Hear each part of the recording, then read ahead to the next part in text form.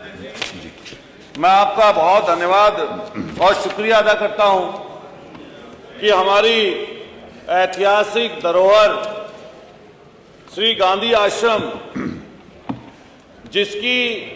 शुरुआत जिस समय देश गुलाम था उस समय जिस संस्था की शुरुआत हुई हो और जिसमें हमारे पुरखों का खून और पसीना लगा हो, ऐसी उस विरासत को, ऐसी उस संस्कृति को और ऐसे उस विभाग को बचाने की जिम्मेदारी न केवल उत्तर प्रदेश के आम नागरिक की है, बल्कि इससे ज्यादा सरकार की जिम्मेदारी मान्यवर बनती है। लेकिन जो गांधी आश्रम मेरठ का विषय नियम 56 के माध्यम से आज मैं आपके माध्यम से सरकार तक पहुंचा रहा हूं, वो सरकार की पूरी उस पोल पट्टी को खोलने का काम करती है जिसमें सरकार ये दम भरती है कि माफिया या तो जेल में होंगे या वो ऊपर होंगे, लेकिन इस गांधी आश्रम की जमीन में अगर मान्यवर ठीक ढंग से जांच करा ली जाए, जैसा माननीय नेता प्रतिपक्ष जी ने कहा कि लगभग 3 बार माननीय मुख्यमंत्री जी के सामने नेता प्रतिपक्ष ने इस विषय को रखा और माननीय मुख्यमंत्री जी ने उसको स्वीकार भी किया। और माननीय मुख्यमंत्री जी ने जब इसको स्वीकार किया, उसके बाद जब शासन से मेरठ अधिकारियों को दिशा निर्देश मिले, वहां पर सिर्फ खाना पूर्ति करने के लिए 2-3 अधिकारी गए और उसके बाद में उस चीज को लंबित करके रखा गया। मान्यवर, लगभग 88,000 वर्ग मीटर का एरिया मेरठ में प्राइम लोकेशन पर ये श्री गांधी आश्रम की जो संपत्ति है, जो वहां की है, आपकी हमारी सबकी पुरानी साझा विरासत है, उस जमीन को कब्जाने के लिए उस संस्था में कुछ नए साथी जोड़े गए और उन शिक्षा माफियाओं के इशारे पर इस संस्था को खुद-बुद करने के लिए, जिसकी स्थापना 1920 में और आगे चलकर 1928 में जिसकी शुरुआत हुई, इतनी पुरानी संस्था को बर्बाद करने के लिए मान्यवर जैसे वहां के प्रशासन ने सबने आंखें मूंद रखी हैं। इसकी जांच कई बार आपके लखनऊ से, इससे पूर्व में मेरठ के अधिकारियों की तरफ से भी, वहीं पर इनके ऊपर एफआईआर भी मान्यवर दर्ज हुई है और उस एफआईआर में अभी तक कोई किसी तरह की चीजें सामने नहीं आई। मान्यवर, वहां पर रंगाई का काम जो होता था, जिसमें तिरंगा बनने का काम मान्यवर चलता था और तिरंगे की सप्लाई मेरठ से विदेशों तक होती थी, लेकिन आज उसी संपत्ति को खुद-बुद करते हुए, उसी रंगाई छपाई को बंद करते हुए, उस लैंड को इसी संस्था ने, इसी संस्था के कुछ ऐसे सदस्यों ने जिनके ऊपर एफआईआर दर्ज है, उन्होंने पेट्रोल पंप के लिए 29 साल 11 महीने को लीज पर दे दिया, जिसकी बाद में जांच हुई वो गलत पाई गई। उसके बावजूद भी वो लोग सदस्य आज तक वहीं के वहीं पे बने हुए हैं।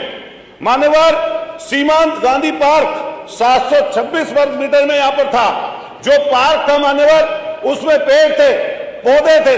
सृष्टि को संरक्षित करने का पूरा वहां पर साधन मौजूद थे, लेकिन इन्हीं माफियाओं ने, भूमाफियाओं ने, जो सत्ता संरक्षित माफिया हैं और जो भारतीय जनता पार्टी का मात्र संगठन है, जिसका मैं नाम लूंगा तो कई लोग यहां पर चिल्लाने लगेंगे, लेकिन जो मात्र संगठन है उसके कुछ सदस्य उनके साथ मिलकर इस पूरी जमीन को खुद-बुद करना चाहते हैं। मान्यवर, भारत रत्न अब्दुल गफ्फार खान के नाम से पार्क है। इस पार्क को खुद-बुद करके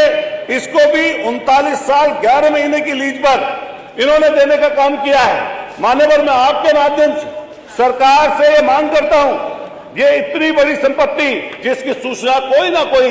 नोटिस के माध्यम से वहां के जिला प्रशासन ने हमारे माननीय मंत्री जी को दी होगी, लेकिन मैं माननीय मंत्री जी से कहना चाहता हूं, आप भी यही चाहते हैं कि सरकारी संपत्ति खुद-बुद ना हो, हम भी यही चाहते हैं सरकारी संपत्ति खुद-बुद ना हो। आपकी तरफ से ना जाने माननीय मुख्यमंत्री जी कितनी मीटिंगों में, कितने प्रेस के माध्यम से बात बोलते हैं कि जो सरकारी जमीन की तरफ को देखेगा, जो सरकारी जमीन की तरफ को निगाह लगाएगा, या तो उसे उल्टा टांग दिया जाएगा या उसका खड़ तोड़ दिया जाएगा। ऐसे पूरे प्रदेश में लगभग 50 से 55 गांधी आश्रम की जमीनें हैं, लेके आपके बनारस से, लेके गोरखपुर से और उधर सहारनपुर तक चले जाइए, उधर बुंदेलखंड से लेकर और आप हमारे मेरठ तक चले जाइए,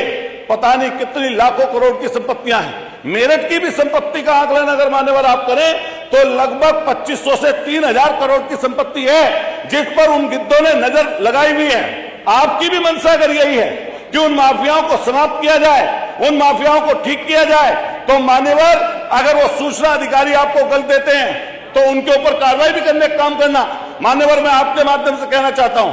जो ये गांधी आश्रम की जमीन है, इसको बचाने के लिए पिछले 3 साल से हमारे अनंत देव कौशिक वहां के कर्मचारी लगातार 3 साल से मान्यवर धरने पर बैठे हैं। उनके टेंट को आग लगा दी गई। वो जब धरना देते हैं उनको प्रताड़ित किया जाता है, पुलिस उनके ऊपर अलग से दबाव बनाती है, इनके गुंडे अलग से दबाव बनाते हैं और मान्यवर वो लोग परेशानी और दिक्कत की हालत में, गर्मी में, सर्दी में, बरसात में उनके टेंट को जला दिया गया, फिर भी वो लोग उस संपत्ति को बचाने के लिए वहां पर खड़े हैं। तमाम सामाजिक संगठनों ने भी उसकी रक्षा करने का मान्यवर काम किया। तमाम सामाजिक संगठन इस पर जुड़े, हम लोग भी उनके लिए जाकर लड़े। यहां पर माननीय मुख्यमंत्री के सामने बात रखी गई, लेकिन मान्यवर अभी चीजें वहां पर सुधर नहीं रही है। मान्यवर मैं आपके माध्यम से कहना चाहता हूं कि एक तरफ लघु और कुटीर उद्योग की बात होती है, मेक इन इंडिया की बात होती है, जब इतनी बड़ी मात्रा में लोगों को वहां से रोजगार उपलब्ध होता था, जमीनें वहां पर आपके पास हैं, तो ऐसे उसको क्यों किया जा रहा है। एक मान्यवर इसके साथ साथ मेरे कई एक